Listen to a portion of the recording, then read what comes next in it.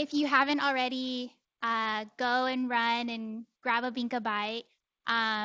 For Filipino-American History Month, we have been trying to think of ways to share the Filipino experience, but also our heritage with people who maybe don't understand or don't know. And for us, it was actually even funny. We were like, who's Filipino at New Relic?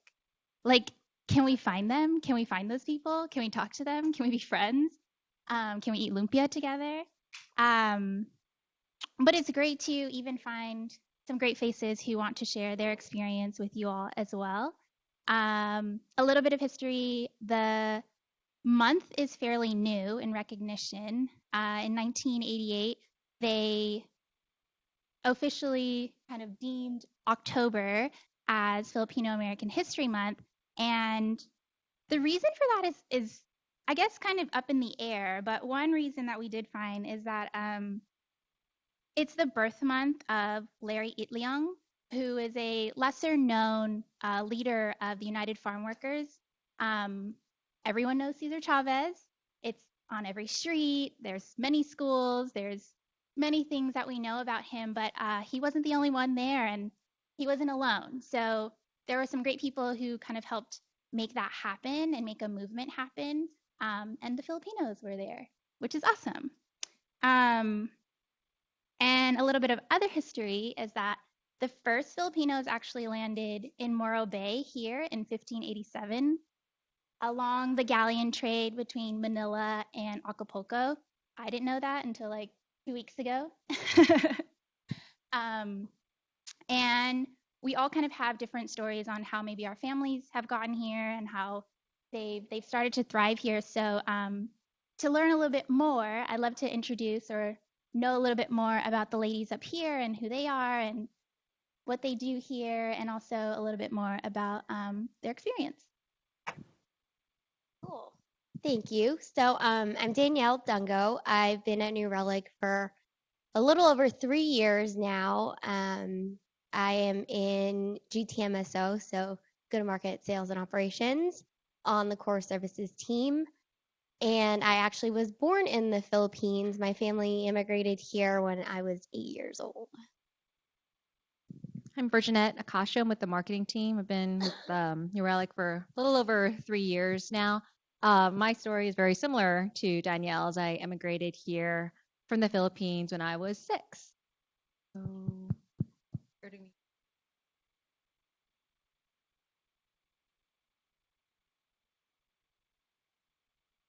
memories on celebrating this month. I can kick it back to you, Danielle, if you'd like. So to Arian's point, it's a fairly new month that's been instituted. So it was only 1988. So growing up, we didn't actually celebrate it in school. I didn't know about it until I was in college when I got more affiliated with what's called our Filipino Affinity Group. So it was called Isang Bansa, which means one nation in Tagalog. And I got really involved with that group. And we had a yearly event called PCN, which some of you know is Filipino Cultural Night. If you've been to like a California or Hawaii school, PCN is big night where we celebrate. We put on a play and we put on cultural dances, and food usually happens after that. So it's a way for the greater community to get exposed to the Filipino culture. Cool. I actually also did not know that Filipino Heritage Month existed up until like 3 years ago. I went to a Giants game with my friends, and I'm a huge baseball fan.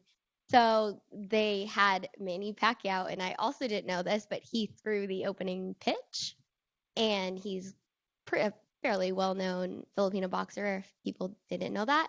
And I was like looking at it, I was like, oh, that's kind of cool. Like, he threw the first pitch. And then they were like, yeah, we're giving out like these Giants like t-shirts that have the Filipino flag on it for Filipino Heritage Month. And so I was like, oh, I guess it exists. Hi, I'm Shay. I am a campaign manager on the marketing team, and I've been with New Relic for almost 3 years now. I, again, also did not know about Filipino Heritage Month, but I do want to share just one of my experiences actually going to the Philippines in high school. So a big thing for Filipinos is going to church at midnight on Christmas, and that was a really, really interesting and like cool experience. So I went with my family. We actually got to eat like fresh bibinka from like the streets, and they like cook it in these pots right in front of the church. So I would say that's like one of my like favorite memories actually visiting the Philippines. That's cool, Shay. Hi. Sorry, just to add that. I'd like that. My name's Nina. I work in marketing, and I've been here now for almost 3 years, and I can totally relate. Like, I did not know there was a Filipino Heritage Night, or Filipino Heritage Month, I should say, let alone a night. In fact, I remember, speaking of sports, there was like a Warriors game, and you see Steph Curry wearing the Philippine Sun jersey. I'm like, oh, it's Filipino night at Oracle. Pretty cool. But I think it speaks to the fact that Filipinos it's like we have a presence here, but we don't really in the Bay Area. So I think we're going to discuss more of that kind of today. But I think for me, being born and raised here in the States, like I don't think I really like celebrated like a Filipino Heritage Month. I just kind of, just the way that I lived every day, eating Filipino food every day. Like there's literally rice at every meal. Like I kid you not. We have a rice cooker. Like that was the thing. I think that's just how I grew up, and there was always family all around. Like it was like everyone was my cousin, everyone is my aunt or uncle. And you guys are nodding because you probably can agree to that as well. But I think for me, that was what being a Filipino was, where everyone was my tita, which means aunt, or my tito, which means uncle. Yeah, that's it.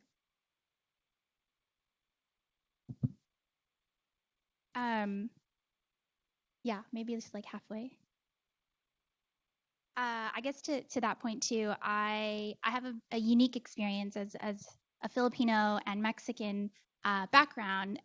To Nina's point, like I didn't know that Filipino was Filipino because everything at home is just what it is. And so I was sharing with the ladies when we were prepping for this that my experience that I knew that things were distinct wasn't until I was older because when we ran out of rice, we ate tortillas. So chicken adobo tacos were a thing when I was a child.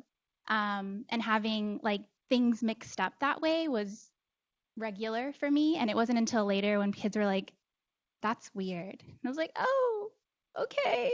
I don't know what that is. But very interesting experiences. And also to the point that Filipinos have always been here and maybe in kind of a quiet place is that I mentioned earlier Larry Itliong and the fact that the United Farm Workers movement was such a big thing here in California, but also kind of a big thing for everyone everywhere, and the fact that Filipinos are not recognized as a part of that. I think it's becoming more and more apparent. But Larry Itliong, Philip Veracruz, Benjamin Gines, and Pete Velasco were actually the first to walk away from their tables and leave the Delano grape strike, which was the pivotal turn of the United Farm Workers movement and getting the first contract between workers and landowners to be recognized, obviously, for their work and to be paid their dues. And so I guess to that, there are some unsung heroes out there.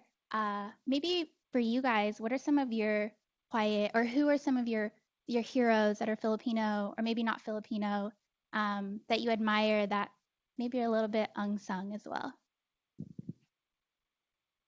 I'm going to start off with someone who actually is famous. I wouldn't necessarily call him my hero, but he definitely is a big advocate for the Filipino like group community. It's Apple Diap, who was part of the Black Eyed Peas. And I just remember like growing up, like I think it was like Where Is the Love was the song that was like really popular. And someone kept pointing out like, yeah, that guy is like Filipino. And then so I just was very curious like growing up. So I did research on him.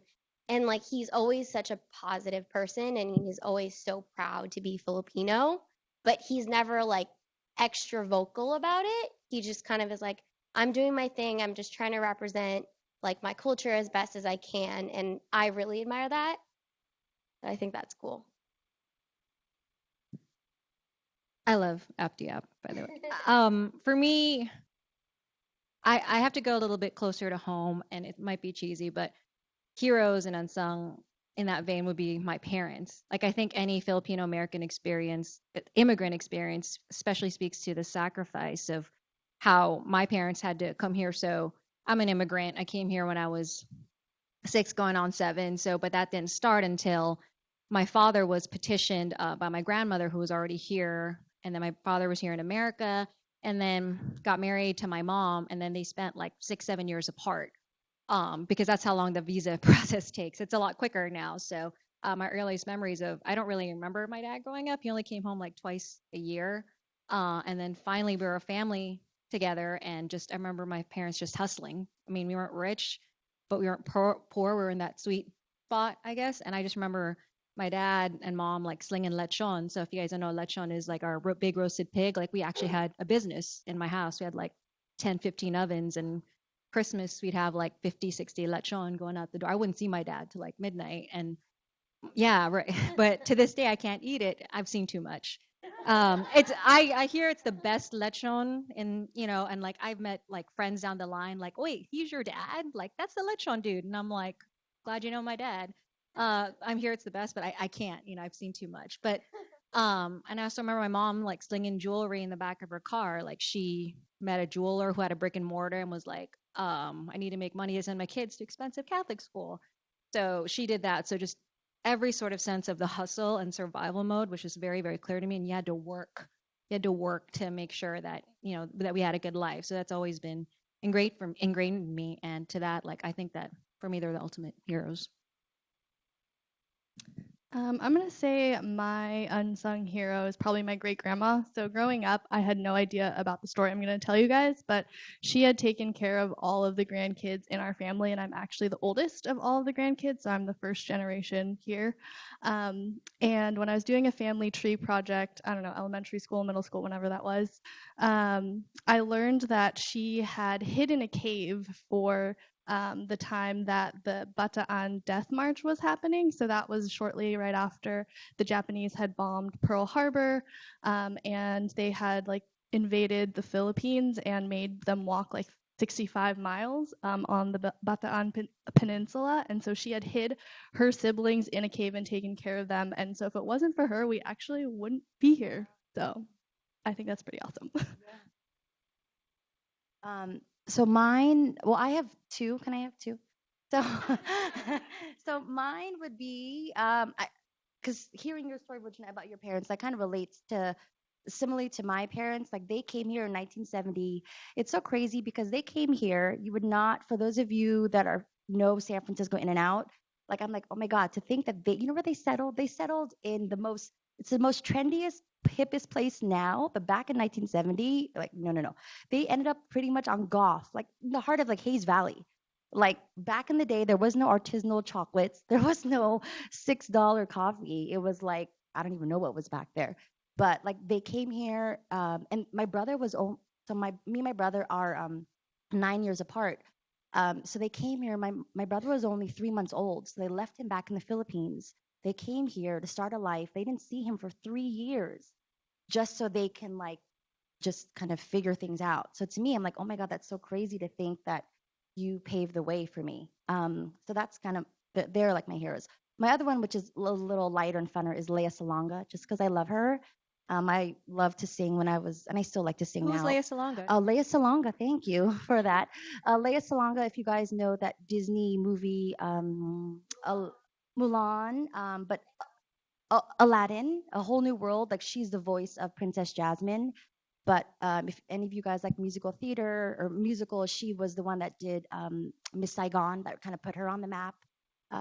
Les Mis, she won a Tony for Miss Saigon, I think. So I think seeing someone of her stature kind of on the global stage was really cool. So she's not unsung because she sings, but you know what I'm saying.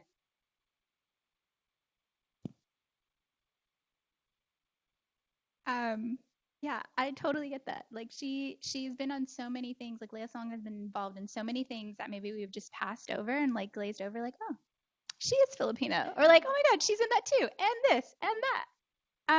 So us Filipinos, we tend to be like super proud, very proud of anyone who is even the least bit Filipino. You find someone, it's like a rarity. It's like, oh my God, you too? come, let's be friends. Like, come on, let's be family now. Um, and so to your point of like Manny Pacquiao, Lea Salonga, Bruno Mars, Darren Criss, Vanessa Hodges, like a lot of people that are very famous, and even Apple Diab, like he does amazing stuff here, but also in the Philippines. Um, he's a part of like an indigenous tribe called the Aita people. Very interesting. Way, way, way more stuff to talk about on that.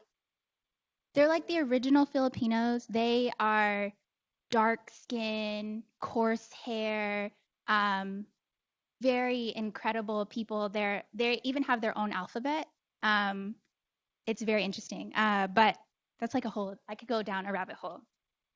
Something that is kind of visible here in San Francisco is that we have, if you've been down to Whole Foods a couple blocks away, Lapu Lapu and some of Filipinas, we do have some presence here. But to you guys, why do you think the Filipino experience is largely invisible? And maybe why do you think the people who are this famous, why do you think people don't know that they're also Filipino?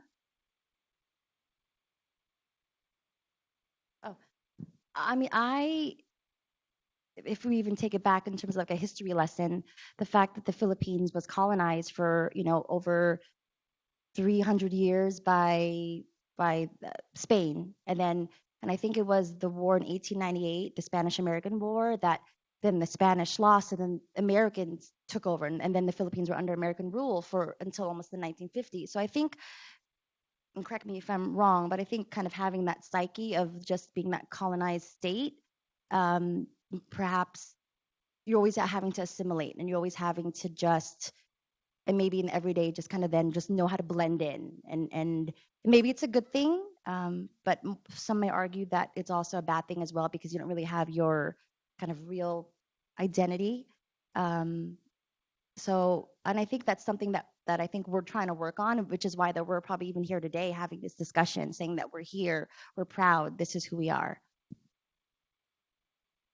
I think a huge part of it is to just the personalities of how Filipinos are. Anytime you get invited to a Filipino person's home, they'll ask you to have food. If someone's coming from the Philippines, the first thing they'll do is send money back to their family. So it's just kind of this always worrying about other people and always worrying about taking care of other people rather than yourself. And so that kind of puts you in this place of like not really putting yourself on a pedestal like some other cultures might. So I kind of think that's why we may be largely invisible. But A really complex question that I struggle with. So I do think it's a history of we're just so used to being colonized, like so it's Spain for 300 years, America, Japanese have come as well, Chinese as well as the merchants. So we're just very used to like, oh, there's overlords here and we need to fit in. That's sad, but also a true fact. And also I don't want to generalize the Asian experience at all, but I just think we just don't want to rock the boat for the lack of a better phrase. Like it's all about the hustle and the struggle to survive. And if you put your head up a little bit too high and say things that are out of the norm, you may not have the opportunity. You may get docked pay or whatever, may be discriminated against. So, we live in a new world right now, and I'm glad that we're even having this panel and discussion and discovering, all these people I didn't know were Filipino. So I think we're definitely trying to change that trend. I think to go off of your point, it is in Filipinos culture to like be pretty modest and to like blend in, but like on a positive note, Filipinos are like pretty competitive, like internally, like they don't want to be looked upon as like, oh, you don't know how to speak English. Like I went to school in the Philippines for like the first years of my life, and everything was taught in English just so like we would have more opportunity. And so they never wanted like the language to be like a barrier in, progressing like wherever you go, because Filipinos are so used to like going to different places, interacting with different people. So I think that's like a good way to like look at why. And like we use the alphabet, like it's the same alphabet versus like Japanese characters or Chinese characters. It's a lot easier.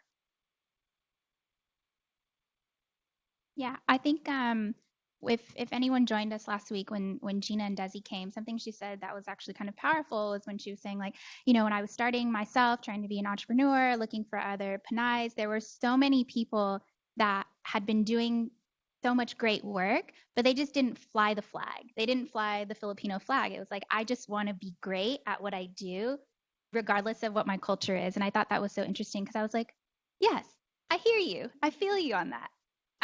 But some might argue that in a way we could have over assimilated and maybe lose a little bit of our culture, lose a little bit of our heritage because we want to blend in and not kind of ring the bell and fly all of the flags. But I think in a way it is also coming up more recently that we can be more creative about how we share a culture. It doesn't always have to be just this or just that. It's more than language, it's more than food, it's also by practice, it's also by our habits and mentality as well. So um, I, I think to your point of not generalizing all of the Asians, an interesting thing came up for us when we were talking about this hype around crazy rich Asians and how for the first time ever, Asians are on the grandstand. We're broadcasted. We're on that kind of platform. Um, but that's grouping a lot of people together. And maybe for you guys, the Filipinos not really projected in that movie.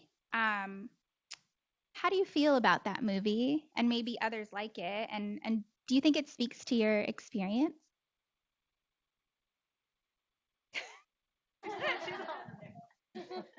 No, I wish, but no. I love that scene in the beginning. You guys, how many of you guys watched that movie, Crazy Rich Asians? Any of you read the book? Which one did you like better, book, movie? Half and half.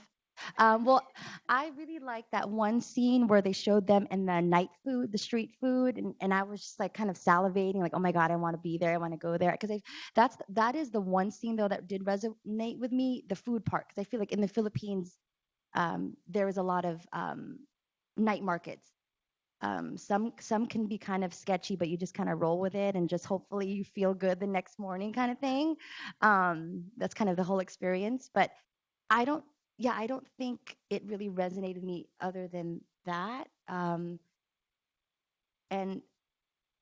I'm curious to see when that will actually happen, when really the Philippines take the limelight. One thing I do want to point out though, so this image the static image that we have here, it says I am Filipino, or really it's I am Filipino if you want to say it authentically.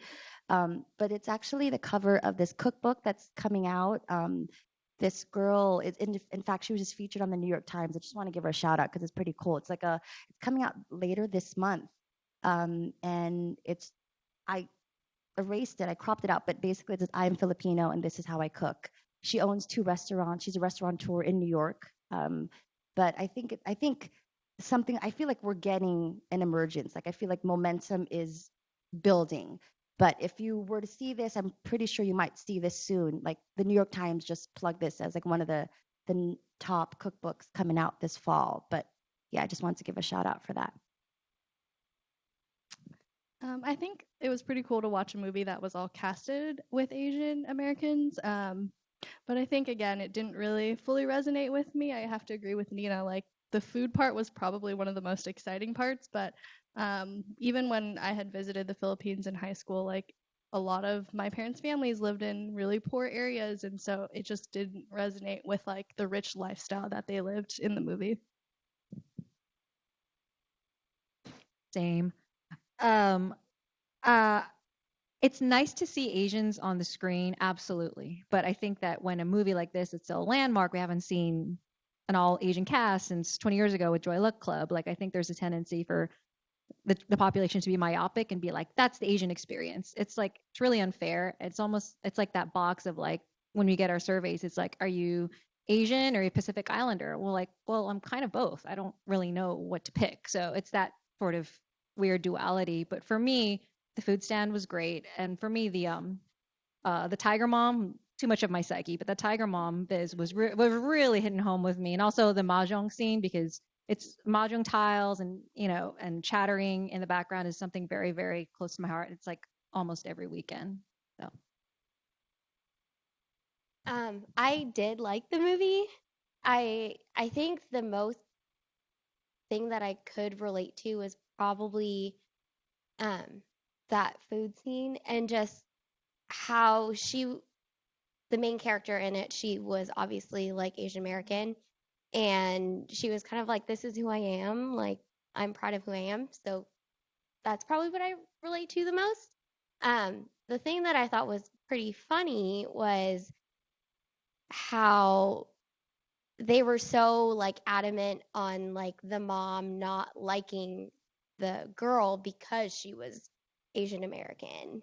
And for like I know from my experience, like my parents do not care who I end up with. Like who I like is who I like and they will love me for it. So I thought that was like an interesting twist. And I know that in other Asian cultures, it kind of is frowned upon if you like date outside the like what you're expected to like be or identified as. Yes. Yeah. Very interesting. The I guess the other thing that comes along with that is that we are seeing emergences of theaters like Miss Saigon, like The King and I, where they're having more people who are of color or that are involved, like Asian performers that are involved in these performances. Um, so I have like one last question. We have like many questions, but maybe just like one question to touch on. What's one thing that maybe you've recently learned or that you knew already that you've kind of been holding on to that you would like everyone to know here?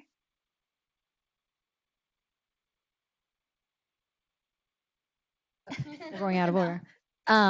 Nina actually, in kind of thinking about the topics for this panel, pointed something out to me, which I'm extremely proud of. Is that there's this is he New York Times writer? Yeah, he's a New York Times Pulitzer Prize winning author, and he's undocumented. And his name is Jose Antonio Vargas, and he has just came out with a book called Dear America, and it's like the notes of him as an undocumented immigrant. And he essentially didn't know he was undocumented until he went to the DMV and was just trying to get his driver's license. And he said, "Well, no, you can't because this isn't real." And essentially, his parents, kind of like grandparents, snuck him into the country, didn't tell him about it. So he's very loud and proud and is in danger of what his life could possibly be like. But it's a great NPR article, and I actually tried to get the book at the library yesterday, waitlisted. So it's becoming really, really popular now. So it's I'm very proud that somebody of Filipino heritage has that kind of prominence, but also risking his undocumented status considering the climate that we're in right now. So I think it's incredibly brave, and I'm incredibly proud. I'm sorry. Yeah, there's going to be a school that's going to be named after him too.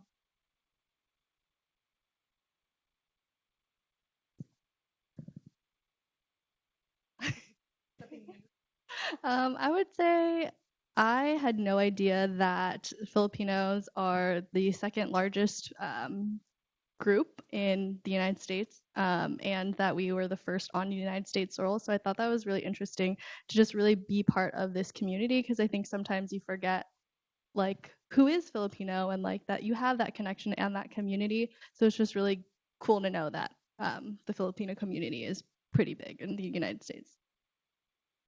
Something that I learned recently is the fact that Filipinos have been here since the 1500s. That's kind of crazy to think.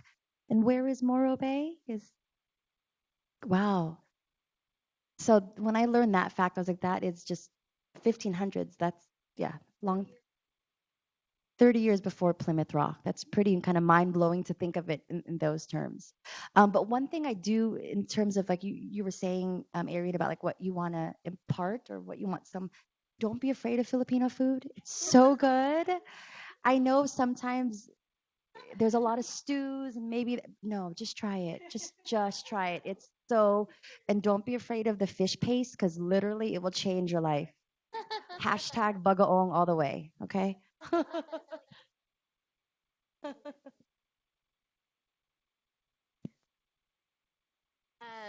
For me, it also is we're the second biggest Asian group in America. I mean, I thought that was just like in California because you have Daly City that's like right there, and that's like literally more Filipinos than I've ever seen, and I was born in the Philippines. Um, but yeah, like I've traveled a good amount like outside of California, and it's pretty amazing that people easily like recognize, oh, you're Filipino, or like, oh, I tried this like food, or like, oh, I vacationed in Palawan, and I'm like, wow, we're really putting ourselves on the map. And I was on a trip this past summer. I was in Thailand, and I was with a bunch of people. We were getting ready to go out in the water and to go like snorkeling. And one of the guys, he was a Kiwi, and he was like, love Thailand. I go here all the time, but the best beaches, and this was before he knew I was Filipino, because the best beaches that I have ever seen my entire life is in the Philippines. Like hands down, best coral, best water. So if there's something that I could put out there, definitely go to the Philippines. It's so amazing. It is. It's like so amazing, and because we assimilate so well, people are more willing to speak English, so the language is not that difficult. Like very rarely will they ever try and like pull one on you because they're just so excited that you're there visiting the culture, like taking it all in, and it's definitely something I recommend. Yeah, I loved the Philippines. I would travel there more often if it wasn't such a far flight. Also, the Philippines is made up of thousands of tiny islands. So if you go to one island, it's okay because there's thousands of other islands that you can travel to that are probably just as beautiful and lush as well. Um, can I take any questions for these beautiful panelists?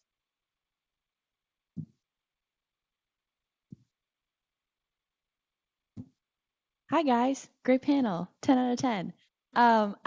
So growing up, for some context for everyone, I grew up in Ohio. We had a large population of Chinese Americans, so that was sort of the Asian that I knew. And then I just learned about Philippine culture when I moved here last year, so I really don't know that much. And I had this awesome Filipino food last week.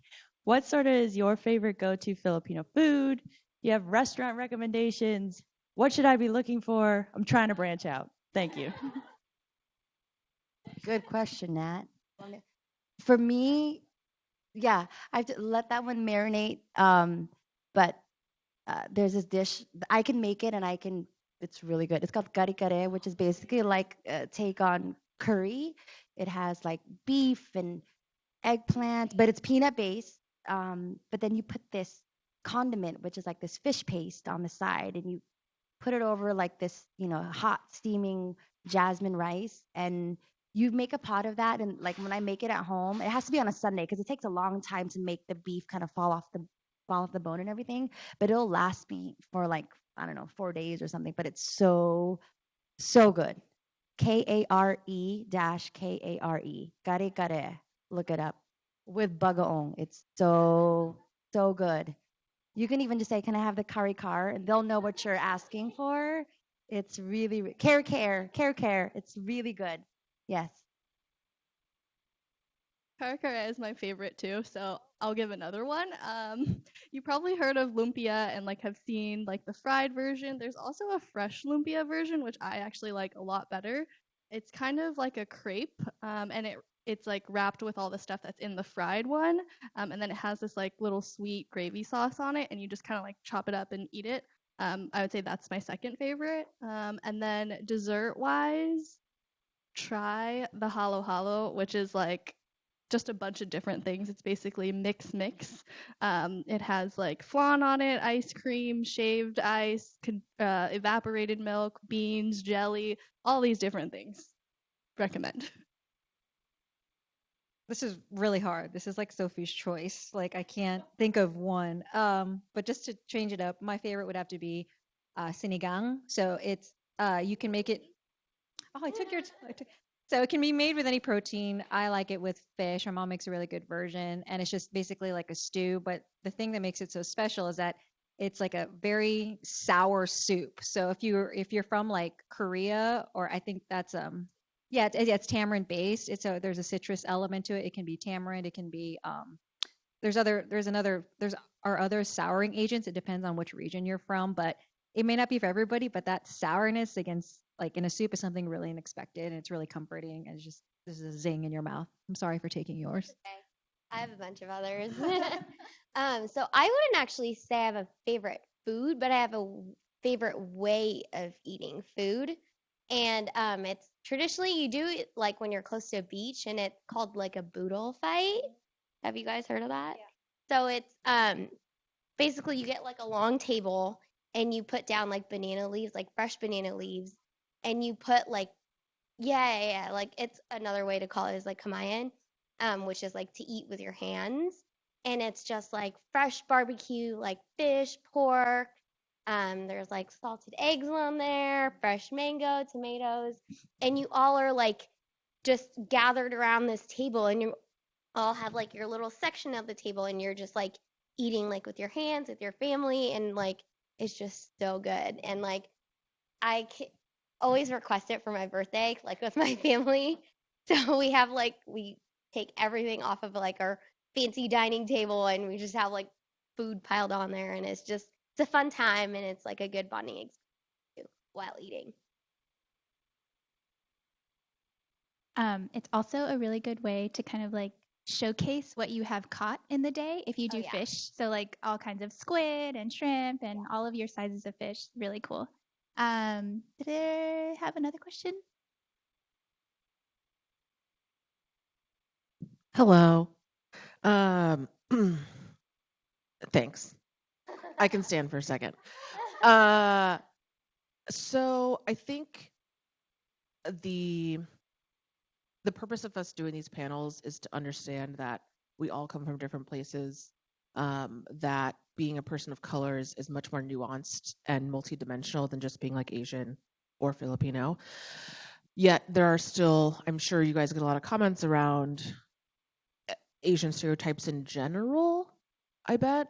So I'm curious, and my first job was with a Filipino family, and it was like the best experience ever. But even with the owner, there was a lot of racism towards other Asian cultures. So I'm curious to know like how you've experienced those things, both stereotypes and then like either being lumped into or experiencing racism within the Asian culture, and how you've felt and dealt and been told to deal with it.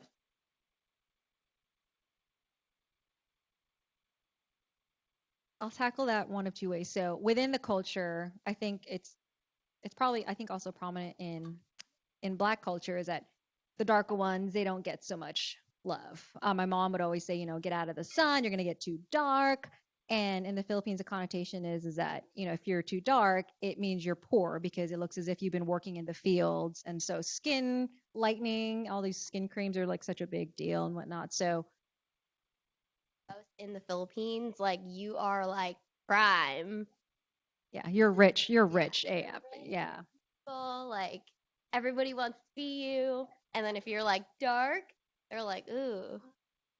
You work in the field. And for me, that I have a little bit like my parents were extremely light, so I didn't get that gene. So then growing up like that and not looking like pigment wise, at least looking at my parents, I always felt like, ugh, I should be in the, I should cover up or whatever. But this is who I am. Like I just char up really quick, and it's just difficult. That's I would say that's interculture, but outside of that, I think there's always those.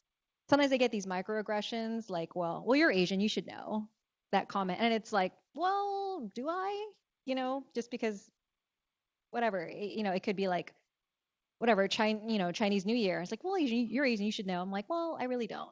Sorry. So sometimes you get lumped into that, and I've been in meetings, and it's like, no, I don't, and I just stay kind of quiet. And I think that those microaggressions we're becoming much more aware, I think, as an organization and as a culture. But I hear that often. I just sort of brush it off because in that moment, like I'm just sort of shocked. I don't really know what to do, to be frank.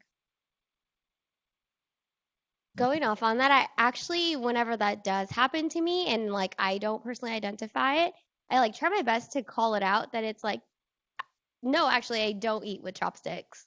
No offense to people who eat with chopsticks, but like I was taught to eat with a spoon and a fork.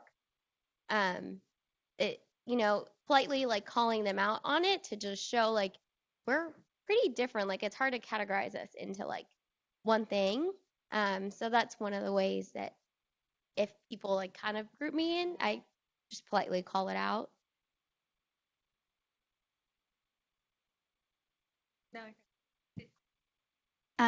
I guess also to add to that, I don't know if you guys have ever experienced this, but my Lola, so Filipinos come in all um, shapes and sizes, colors, shades, and my Lola, when I was younger, she used to call me chocolate when I was too dark, and chocolate in the Philippines is actually sometimes spelled with a TS. And so it's like, she goes, oh, you're chocolate. So that was really weird. But also, sometimes, and this oftentimes happens in other cultures as well, is like the shape of your nose and having like a flat nose or button nose or like cute point nose. And so one time as a joke, my Lola put a clothespin on my nose and my mom came very furious. That was the last time of the clothespin. And it was a joke, but it was like, that it's not unheard of to try and form your face a different way to assimilate in another way. Yeah. Yeah, my older brother, like I'd just be looking, he would literally be going like this. I'm like, what the heck are you doing? Because he's trying to shape his nose, and because I think, well, like he was jealous because I have a much pointier nose than he does. So I think like he would just look at me, and then he would just like he develop his own complex, which is kind of crazy, but it's not like I said anything, whatever. That was just him kind of internalizing. But and another thing I want to chime in on with Virginette is yes, they do have these whitening soaps talking about the skin color because I feel like I'm much lighter now, but I was much darker when I was younger. And my mom, like she looks like she's Chinese, like she's very first, like she just, but I don't. And so I was like, I wish I looked like her. I wish I looked more like her. So it was interesting to even as a young kid to feel like I you almost feel less than for some reason because of these what's like socially acceptable in within the culture. And one last thing for anybody who wants to see Miss Saigon is still playing till the 4th. There's actually a song in there that says, let me see his Western nose. So because the child that's born out of that is half American and half Vietnamese, but one of the songs is let me see his Western nose. So there is this fixation with what this is supposed to look like.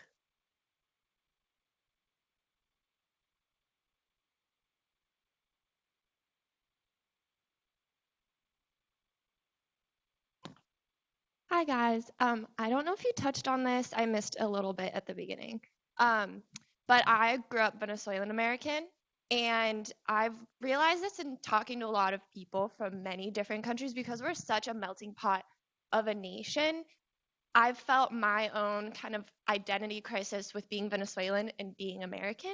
So I want to know on your end, have you guys experienced like how do I balance being Filipino? How do I balance being American? Like should it be a question, Like it's such a nuance and it's such a diverse country that we're in. So is that something that you've experienced? How have you combated that? I think for me, it was more when I was like adolescent growing up. It's interesting because my parents wanted us to be successful and just do the thing, but the moment that we were just we use a little bit too much snark, we were a little bit too casual with them. The slap to the face is when my mom would say, "You're being too American right now." So that in another context, I would be like, "Whoa, you're getting the job done. You're being individualistic." In our home, it was like, like you better get right and know where you come from. You can't talk like that. You can't be so buddy with your mom. I mean, yeah, you can't be so forward. So like oftentimes it would be in a joking way, or maybe you're just trying to be funny, but there are lines that sometimes you'd cross. So it was more when I was growing up when trying to navigate, like, you're a teenager, you're trying to fit in with your friends, and maybe you've said something wrong, and then my mom would drop that bomb, and it's like, oh, what did I just do? And it's that would be the time when it's like you eat the food and whatnot, but there are certain customs and things like you just have to have this ultimate deference to like people older than you, people who you like, no matter who they are, if they're older, you just have to like just really, really give them that sort of respect and authority. That's probably something I probably mouthed off to somebody older than me. I don't know. But it was interesting because that was the one phrase that always stuck in my mind. It's like I better watch myself and how I'm acting because what should be a compliment to it just wasn't. I think for me, it was when I had been in elementary school. I distinctly remember this time. I learned how to speak Tagalog first, I think, just from like childhood memories and what my parents were telling me. And I remember being in kindergarten and like not knowing how to translate a word from Tagalog back into English. And it had just like scarred me from wanting to continue to use Tagalog and speak in it. So I still understand, and my parents and my family and my like aunts and uncles and grandparents don't even really speak in Tagalog to me and my cousins anymore. So it's kind of sad that we've like lost the traditions and the culture in that sense from the language. But that was definitely like probably the biggest like cultural crisis that I had. So you can't speak it at all. Try, but Because I don't know, but I feel like a lot of like I can understand, but I can't speak.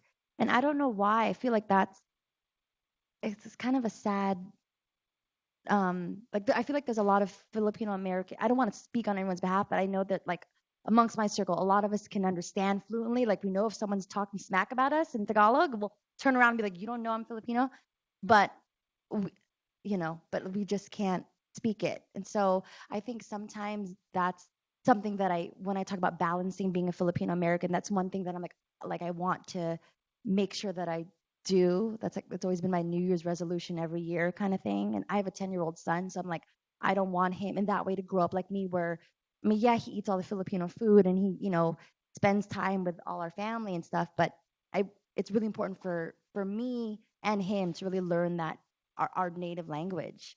Because I think isn't that the reason why Lapu Lapu is a hero? Because didn't he fight for Tagalog for it to make it recognized so when you think of in that context, like okay, it's important to kind of keep the culture going.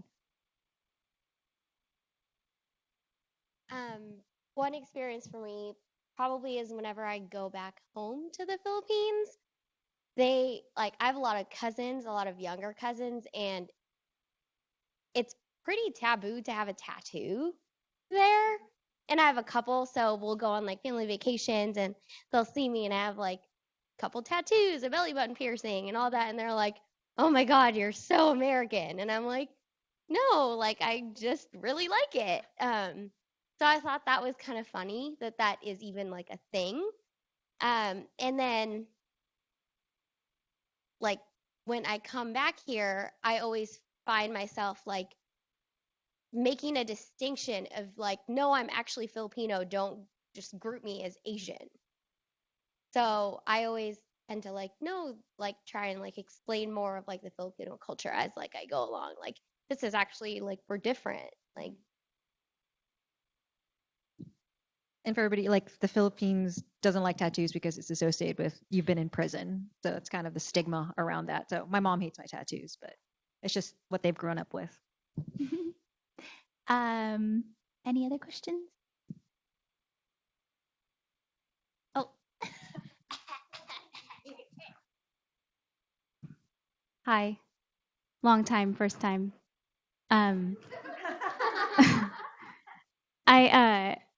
I think you guys touched upon this a little bit, and I apologize, I arrived a little late, but I'm curious if you feel like you chafe a little bit at the like Asian label. I'm South Asian, but my parents were born in Africa, and I was born in Lodi, so I know I find it just like wrong sometimes. So, I mean, it's such a big bucket. I'd be curious to hear if you have a similar, you know, it's not descriptive enough. so when I was actually younger and I first like moved out here, I didn't really pay attention too much of it until I got into middle school and my best friend just kept saying I was Asian and I like made it such a point to tell her like no, I'm not Asian, almost to the point where like I went a little extra and like I was like trying to present myself as like American. And I'm like, obviously not. I look very Filipino. But the fact that she didn't understand that at the time, and we were young, we were like in 6th grade. So I didn't expect her to understand it, but it was just like such a constant struggle. Like, stop bucketing me into like this. I'm like a lot more than that. I thought, and now like looking back at it, I was like, wow, I didn't realize that it almost seemed like I was ashamed of being like Filipino or like Asian. But just the fact that she was grouping me with like a big group, it made me feel a little weird.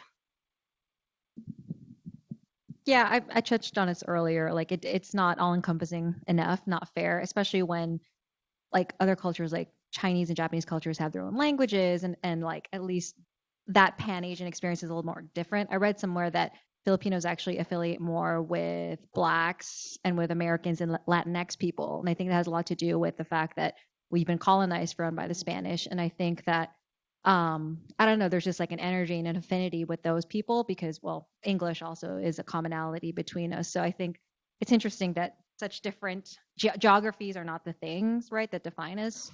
It's those sort of commonalities and experiences of oppression, colonization, etc. I think if there's a box to fill in that, that'd be great. But maybe in the future, I don't know.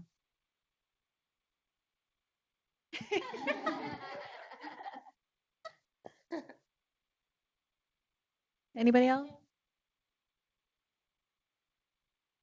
Cool. Thank you guys so much. Thank you, four ladies, for sharing and everyone for joining us here. If you haven't already, get your bubinka bites.